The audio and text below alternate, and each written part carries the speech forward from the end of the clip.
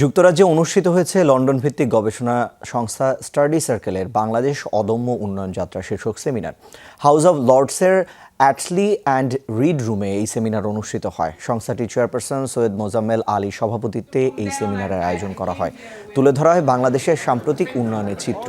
সংক্ষিপ্তভাবে তুলে ধরা হয় শিক্ষা, পরিবহন, যোগাযোগ, নারীর ক্ষমতায়ন, স্বাস্থ্য, বিদ্যুৎ ও কৃষি, বাণিজ্য সহ বিভিন্ন খাতে চলমান 10টি মেগা প্রকল্প। অনুষ্ঠানে প্রধান অতিথি ছিলেন প্রধানমন্ত্রীর আন্তর্জাতিক বিষয়ক উপদেষ্টা ডক্টর গওহর রিজভী।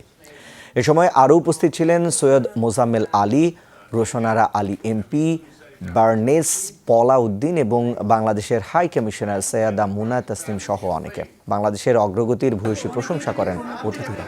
লোকের কাছে পৌঁছাতে পারি না বহির্বিশ্বে, সেটার জন্যই আই ডিসাইডেড যে আমি এরকম একটা পাবলিকেশন বের করে সামারি করব, যেখানে লোকে ইজিলি রেফারেন্স নিতে পারে যে কী উন্নয়ন হয়েছে। This is an empirical evidence of the unprecedented development, unprecedented growth and prosperity, which we call the decade of growth and prosperity under the Sheikh Hasina factor.